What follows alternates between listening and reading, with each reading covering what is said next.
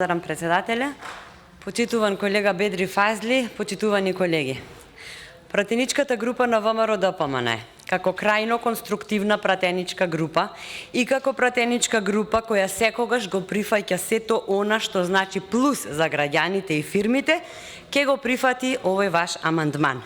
Иако тајмингот ви е многу лош и со умисла, иако по не знам кој пат ќе ви кажеме дека ова зголемување што го правите е гол популизам и предизборен легален подкуп и трик со кој што се надевате дека ќе си обезбедите повеќе гласачи, нека ќе го прифатиме.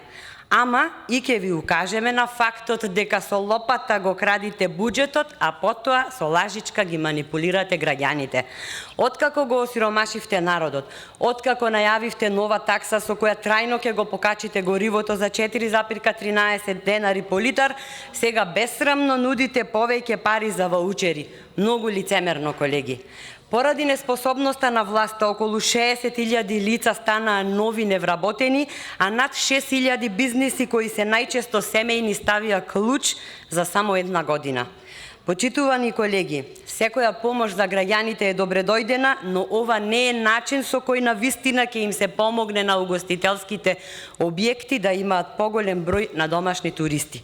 Вистинска помош за угостителските објекти, почитувани колеги, значи развиен туризам, зголемен број на туристи, зголемен број ноќевања, раст на прометот од туристички производи и услуги. Да ве потсетам дека во 2017 година ви оставивме развиен туризам и ваша единствена должност беше барем да го одржувате, ако веќе не сте кадарни да го унапредувате. Ова ќе го подкрепам со фактот дека последната национална стратегија за развој на здравствен туризам ви е од 2012 година. Последната национална стратегија за рурален туризам ви е од 2012 година. Под стратегијата за традиции и настани на Република Македонија ви е од 2014 година. Под стратегијата за развој на спортски туризам со акционен план ви е за период од 2015 до 2018 година. Под стратегијата за развој на конгресен туризам сте ја тргнале од официјалната страна на Агенцијата за промоција и поддршка на туризмот, затоа што сите знаеме што се случи со за 2018 година ветениот развој на конгресниот туризам. Ова посебно го знаат охриѓани, затоа што во 2018 година Охрид ќе станеше конгресен центар. Значи сите стратегии, подстратегии, планови и програми за развој на туризмот ви се од времето кога некој работеше во и за оваа држава.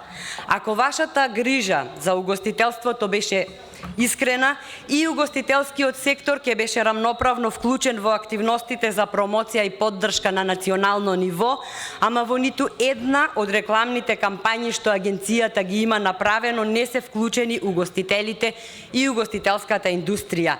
Да, пандемија имаше секаде и да, таа најмногу и најпрвин го погоди секторот туризам и угостителство, но имаше земји кои дури и за време на пандемија не забележаа пат затоа што понудија форми на туризам кои го одржаа угостителско-туристичкиот сектор на нозе.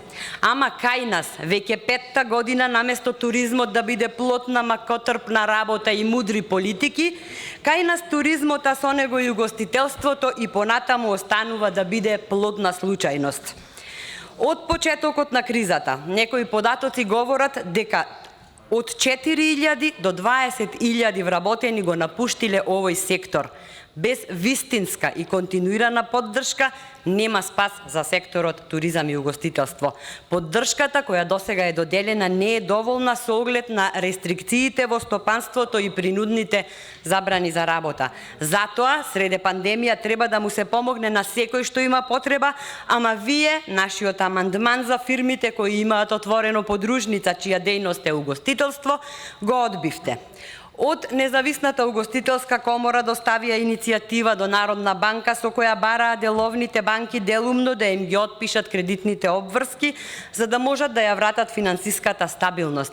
Немате слух, не ги удостоивте угостителите ни со вашето присуство додека беа на улиците, а ќе бидат повторно, верувајте ми. Пред малку добив информација дека планирате да им воведете нова давачка на угостителите спрема Сдруженијето за заштита на авторски авторски музички права, од кои мора да бидат изземени, а не се рестораните за организирани настани. Ве молам, проверете си, бидејќи нема смисла да барате средства од економски оператори кои се уште работат под рестрикции. Престанете да им давате со лажичка, а да им црпите со кофа.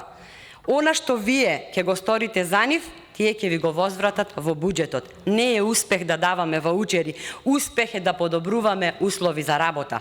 Еве, кажете ми барем една мерка која не се нарекува ваучер, а која ја предложила оваа власт. Башка што од 117.359 доделени ваучери се искористија само околу 60.000. Тоа е така затоа што на луѓето во Македонија веќе не име до туризам, затоа што ги оставивте без основните животни потреби. Повторувам, ваучерите кои ги делите се добредојдени, но нема да го решат проблемот кој се заканува земјава да ја снема од глобалната туристичка мапа.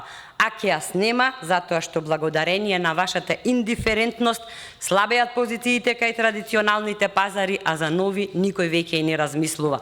Ете и холандскиот туроператор Корендон, преку кој на Охридско-Струшкото крајбрежје доаѓа најголем број туристи од таа земја, ги откажа аранжманите за летната туристичка сезона. Ги слушате ли воопшто македонските туроператори? Тие сметаат дека сето ова е резултат на задоцнетата комуникација и координација на институциите со најзначајните туроператори од странство. Саемите се за воспоставување контакти, а не за рашетавање и трошење државни пари. Факт е и дека значаен исчекор не се направи во насока на отстранување на бирократските процедури со правилникот за субвенции. Коморите и издруженијата и на ова апелираат веќе подолго време и тоа веќе требаше да биде направено за да испратевме јасна порака до туроператорите дека Македонија подготвено ја очекува туристичката сезона. Ама за жал, неизвестноста со која се соочуваат туристичките работници оваа година е уште поголема, поради тоа што голем број од домашните туристи кои минатата година поради корона кризата беа во Македонија, сега ќе отпатуваат во странство. Почитувани, ненапредување на туризмот не значи самостоење во место, туку значи огромно назадување. Што нудиме ние? До нашите главни туристички дестинации се стигнува само со хеликоптер, затоа што инфраструктурата ни е во уште многу поочајна состојба од самиот сектор.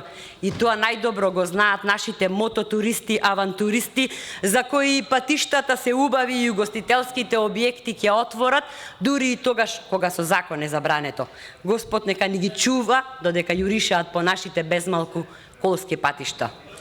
Сватете веќе еднаш дека туризмот и угостителството се моторот на идниот развој на оваа земја, а туристичко-угостителските работници заслужуваат најдобар третман и најголема грижа. Очигледно е дека има на што да се работи, но нема со кого да се работи. Токму затоа ве уверувам дека за брзо грижата за туризмот ќе ја превземат оние кои покажаа и докажаа што значи вистински туристичко-угостителски развој и за брзо време колега Бедри ќе ја направиме Македонија за сите луѓе. За крај, повторно ќе кажам дека радо го прифаќаме овој амандман и ве повикуваме да го следите нашиот конструктивен пример кога станува збор за доброто на граѓаните и да го прифатите амандманот кој следува, а кој се однесува на развој на бројни форми на туризам со кои на вистина ќе помогнеме македонскиот туризам да живее, а не да живурка и едвај да преживува. Ви благодарам. Ви благодарам. Прв за реплика